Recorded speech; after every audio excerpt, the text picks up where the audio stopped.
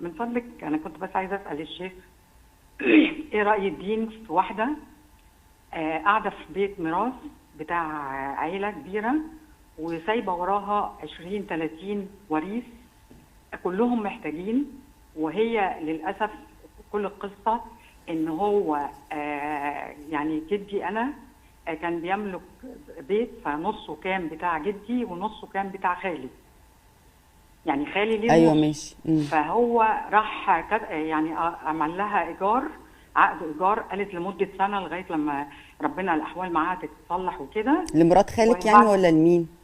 لبنت عمتي، لبنت اه. عمتي. م- فلغايه لما الدنيا تتصلح معاها، وللاسف هي بقى لها اكتر من 35 سنه قاعده في الشقه. وطبعا كل الناس اللي توفوا، يعني بابايا ليه 60% من البيت، اه. وهي والعيله كلها يعني، او بقيه الاخوات اللي هم عمامي وكده وعماتي ليهم 40% بس. امم. وهي قاعده في الشقه، ولا انا مش هطلع، انا معايا عقد، انا مش عارفه ايه. ومش احنا برضو حتى، بس مش احنا بس، في ناس كتير من الورث، مش اقل من 30 40 واحد، كلهم محتاجين. طب يا بنتي اطلعي، طب يا بنتي انت في شقه، طب كده لا انا معايا عقد، لا مش عارفه، هاتوا لي شقه في الحته الفلانيه بكذا. طب ما هو ده كده هتاخدي ثلاث ارباع الورث يعني. طب ايه العقد ده عباره عن ايه؟ انت بتقولي سنه. عقد ايجار، عقد سنه، ايجار. انت قلتي سنه صح؟ لا هو كان، هي يعني مامتها قالت لبابايا ان هو سنه بس، طب على والعقد اساس ايه؟ ان لا. هي، لا العقد عقد مش حرام، مش هنقول حاجه، هو عقد اللي هو الممتد بتاع زمان ده، العقد القديم يعني. العقد القديم. 35 سنه بتقول. فدلوقتي حكم الدين فيها ايه؟ ان في ناس حواليكي انت قاطعه يعني يعني حق ورث حد. انا ليا 60% من الميراث من البيت ومش عارفه اخده، عشان هي لا انا مش، وفي ال 40 تانيين اللي هم بقيتهم ولاد عمامي ولاد عماتي، ما هو كل في ناس محتاجين. وهي يعني ملهاش حق اصلا في البيت ده خالص. لا هي ليها، ما هي تبقى تورث مامتها، يعني هي تورث مامتها. يعني بس هي جزء من الميراث. طيب وبعدين ماشي. مامتها هم بنات بس، يعني حتى مامتها يعني في ناس يخشوا معاها كمان في ايوه الورث. ايوه.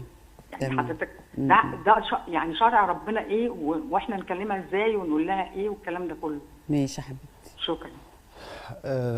طبعا دي مأساة كبيرة جدا، ان مسألة اللي هو لا يقسم الميراث بعد الوفاة، وان كل واحد يبقى عارف الميراث بتاعه وحدوده فين حتة بالضبط، حتى لو كانوا يعني ايه اخوات من بطن واحدة زي ما بيقولوا يعني. كان عندي اشكالية تانية، ان هي بتقول والله انا مش هخرج اصل انا معايا عقد. انا هتكلم من ناحية الشرع. العقد اللي هو ليس له مدة فقهاءنا بيسموه عقد الإجارة، اللي هو شبه تمليك طول العمر، اللي هو ملهوش مدة. احنا عندنا الإجارة يا أستاذة دعاء لابد أن يكون لها مدة معلومة.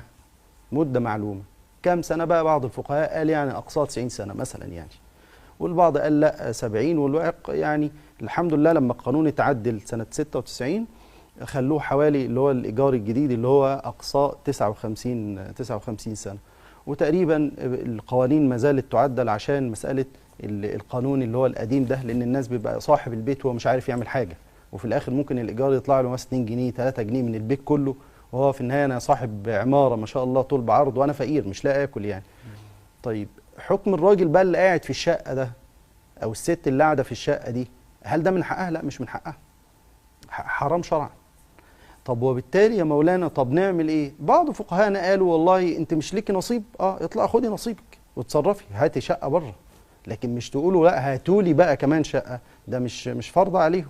هي مثلا عايزه تاخد خلو مثلا، ده بعض الفقهاء تكلم في المساله دي، قال لو انا قاعد يا استاذه دعاء في شقه، انا قعدت كده من 40 سنه وانا كمان فقير، فلما تيجي تطلع لا انت ليك ذنب ولا ليا ذنب، القانون كان ساعتها كده، لا انت ليك ذنب ولا ليا ذنب، بس لو طلعتني ما انا هقعد في الشارع.